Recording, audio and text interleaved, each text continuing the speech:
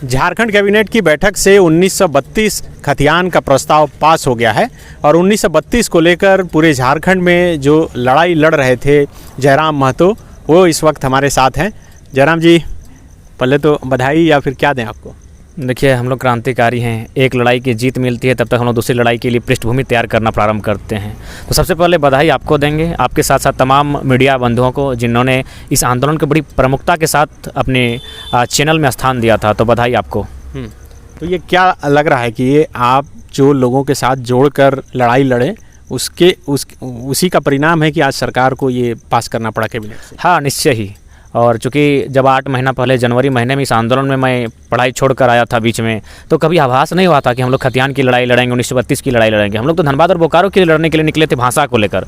और कई साथियों ने मुझे ट्रोल भी किया था कि हमारे एक काबिल साथी हैं जो भाषा की लड़ाई को खतियान में तब्दील कर रहे हैं, खतियान में 32 प्रकार का खोच है, उस लड़ाई को कैसे सामना कर पाएंगे। तो काफ़ी मेरे साथियों ने काफ़ी मेरी शिकायतें की थी, लेकिन मैंने कहा कि नहीं, जब लड़ाई स्टार्ट हो गई है तो धनबाद बोकारो में क्यों रहेंगे, झारखंड के लोग हमें उम्मीद से देख रहे हैं, तो लड़ाई अब खतियान की होगी। ये लड़ाई प्रारंभ हुई थी झारखंडी भाषा संघर्ष समिति भाषा को लेकर, लेकिन जैसे भाषा की लड़ाई जीत हुई, मोर्चा संभाला झारखंडी भाषा खतियान संघर्ष समिति ने, और आज खतियान की लड़ाई को हम लोग मुकम्मल मुकाम देने जा रहे हैं। तो इसके लिए कहीं ना कहीं श्रेय जाएगा आंदोलनकारियों को। और साथ ही चूंकि लोकतांत्रिक व्यवस्था में कोई अस्थाई किसी का विरोधी नहीं होते, ना कहीं किसी का समर्थक होते हैं, लेकिन सरकार का, माननीय मुख्यमंत्री, उनके तमाम कैबिनेट और उनके मंत्रिमंडल का, उनके तमाम विधायकों का, और साथ ही उन तमाम विपक्ष के विधायकों जिन्होंने 32 को लेकर समर्थन किया था, उनको भी आभार जताते हैं कि कहीं ना कहीं लोकतंत्र में लोगों की मान को रखना, उनका सम्मान करना लोकतंत्र की मर्यादा होती है। अब मिलकर बधाई देंगे मुख्यमंत्री को, मंत्री जगन्नाथ महतो को, जो लगातार इसको लेकर वो आवाज़ उठाते रहे थे।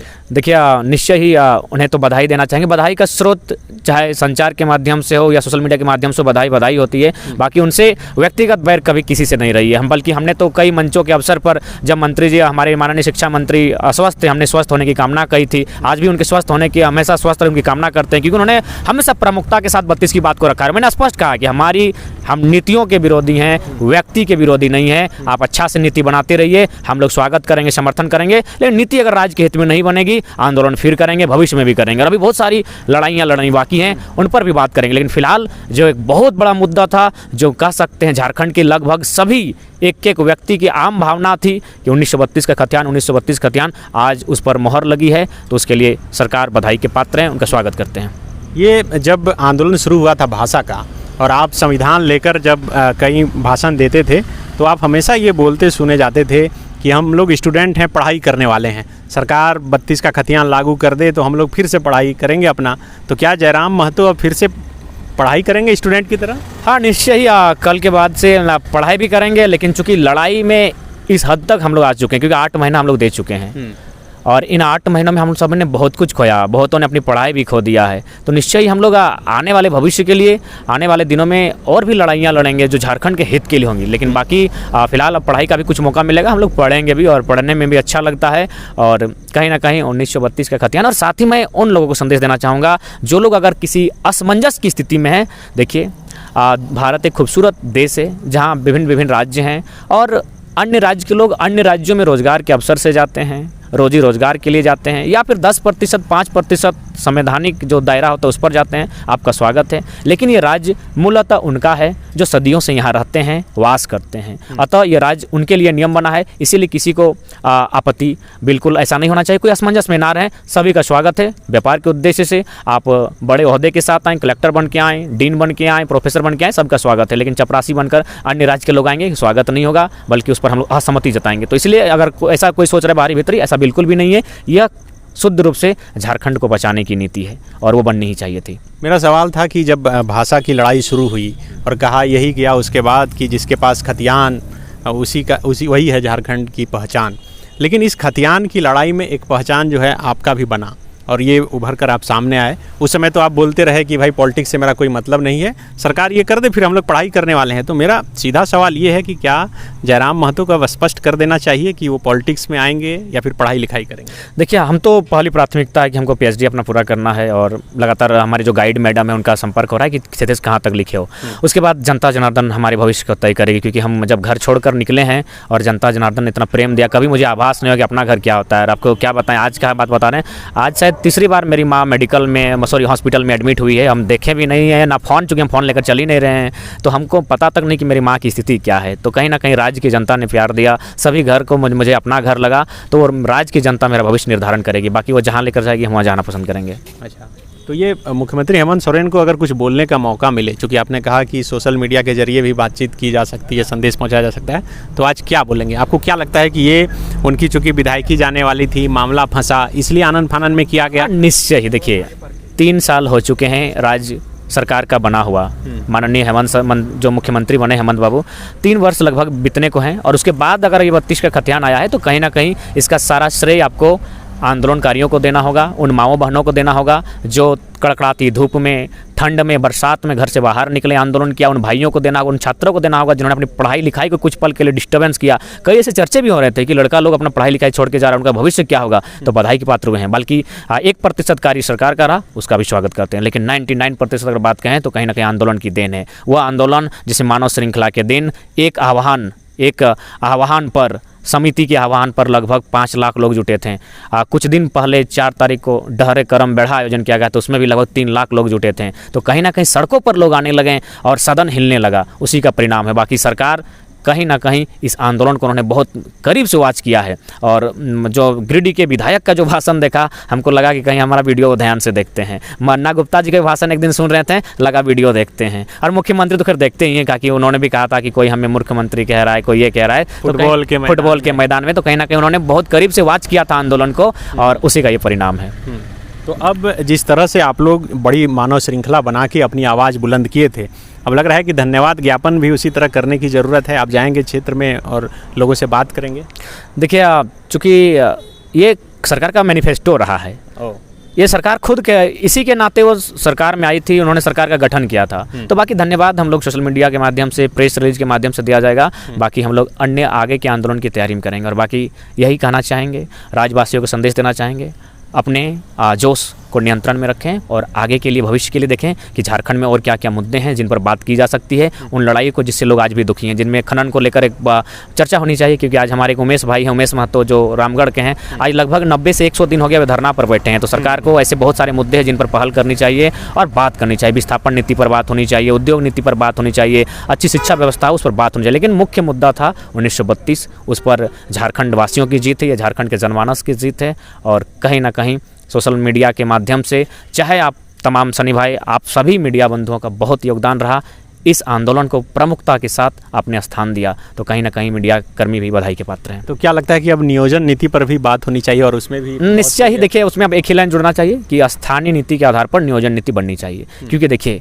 राज्य जब हमारा है तो एक व्यक्ति का विकास होगा, उसी से राज्य का विकास होता है। राज्य का विकास तब नहीं होगा जब एक राजा की रानी 3 लाख का साड़ी पहनती है। राज्य का विकास तब होगा जब गाँव के अंतिम पायदान पर जो व्यक्ति खड़ा है, उसकी पत्नी, जो सबसे गरीब व्यक्ति की पत्नी, अगर अपने बजट से बाजार मूल्य में जो निर्धारण तय हुआ है उसके अनुसार सामानों को खरीद पाती है, तब राष्ट्र का और राज्य का निर्माण होता है। तो अतः हम चाहेंगे अंतिम तबके तक खुशहाली कैसे जाए, खुशहाली कैसे हो, इस पर सरकार को सोचनी चाहिए। अच्छा, 2002 में जब बाबूलाल मरांडी मुख्यमंत्री थे, और वो उन्होंने भी लगभग यही लाया था, हालांकि वो उनका कहना था कि अंतिम सर्वे सेटलमेंट, और बाहर बात यही निकल के सामने आई कि 1932 का खतियान, बहुत सड़क पर विरोध हुआ था।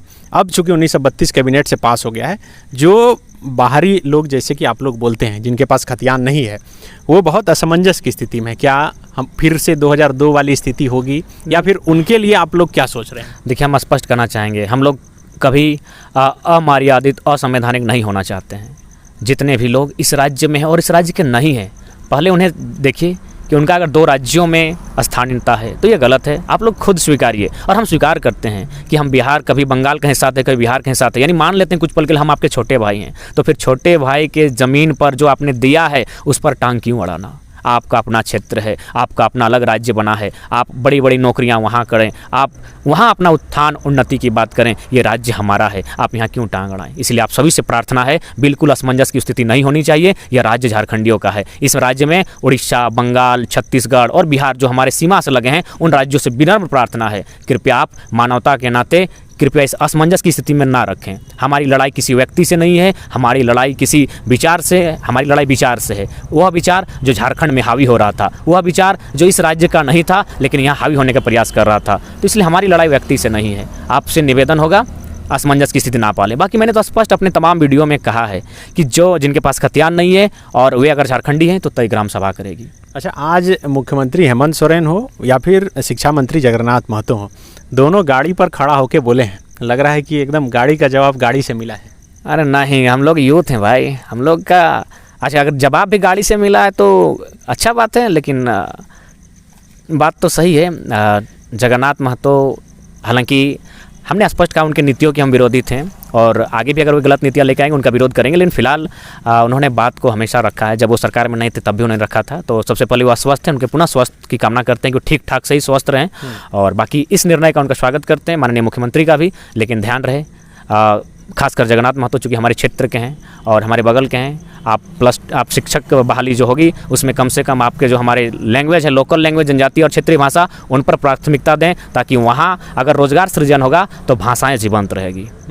अच्छा, एक आखिरी सवाल, अभी जगन्नाथ महतो से जब हम लोग की बातचीत हो रही थी, जब आपके बारे में पूछा गया तो उन्होंने कहा कि जयराम महतो नेता थोड़े ही है, अब सबकी दुकानदारी बंद हो गई है। तो उनसे कहिए कि हम लोग उगता हुआ सूरज हैं और उगता हुआ सूरज को हर किसी को नमस्कार करना चाहिए। तो अगर माननीय मंत्री जी चूँकि शिक्षा के मंत्री हैं तो जाहिर सी शिक्षा मंत्री हैं तो उनको तो सबसे पहली समझ होनी चाहिए, हम लोग जो हैं ठीक है, नेता नहीं है, एक छात्र ही हैं, लेकिन हैं तो उगता हुआ सूरज, तो आपको नमस्कार करना चाहिए। पूरी दुनिया ने कहा है, प्रकृति का यही नियम है कि उगते हुए सूरज को नमस्कार करना चाहिए। हम लोग जो हैं, हो सके आने वाले दिन हम क्या बने नहीं बने वो अलग मैटर है, लेकिन दुकानदारी उनकी बंद होगी। माननीय मंत्री महोदय, जो लोग राजनीतिक पार्टियों से संबंध रखते थे, जो कभी विधायक बने हैं, जो कभी विधायक बनने की आकांक्षा महत्वाकांक्षा रखे थे, हम लोग तो आंदोलन करने के लिए आए थे। हाँ, यह आंदोलन हमें बदला है, इस आंदोलन ने बहुत कुछ हमें सिखाया है।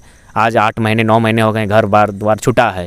आज 304 सभाओं को अकेले मैंने संबोधन किया है, हमारे साथियों ने भी किया है, लेकिन मैं अगर व्यक्तिगत बात करूं 304 सभाएं, आज इस आंदोलन का 300 दिन नहीं हुआ है, मैंने 304 सभाओं को संबोधन किया है। कई बार मैंने अपने साथियों से टॉर्चर झेला है, और बिल्कुल ये लड़ाई धनबाद बोकारो तक मेरे साथी, बहुत सारे साथी सीमित रखना चाहते थे, मैं दिल की बात कह रहा हूँ, लेकिन मैंने कहा नहीं, क्योंकि अब जब झारखंड हमें उम्मीद से देख रहा है तो यह लड़ाई अब खतियान की होगी और 32 की बात होगी और पूरे 24 जिला में बात होगी। आज एक आखिरी सवाल, ये ओबीसी आरक्षण भी कैबिनेट से पास हुआ है, 27% मिलेगा, तो इसे भी आप देखते हैं कि हाँ सरकार जो है ठीक फैसला ली? हाँ बिल्कुल, ओबीसी एक बहुत बड़ी आबादी है राज्य की, एक अच्छा निर्णय है, लेकिन मेरा मानना है कि थोड़ा सा BC1 के साथ थोड़ा सा ज़्यादती है, क्योंकि अगर आंकड़े कहते हैं कि 40 से 45% BC1 के लोग हैं, तो उनको अगर 15% देते हैं तो कहीं ना कहीं उनका जो जनसंख्या का अनुपात है उस तुलना में काफ़ी कम है।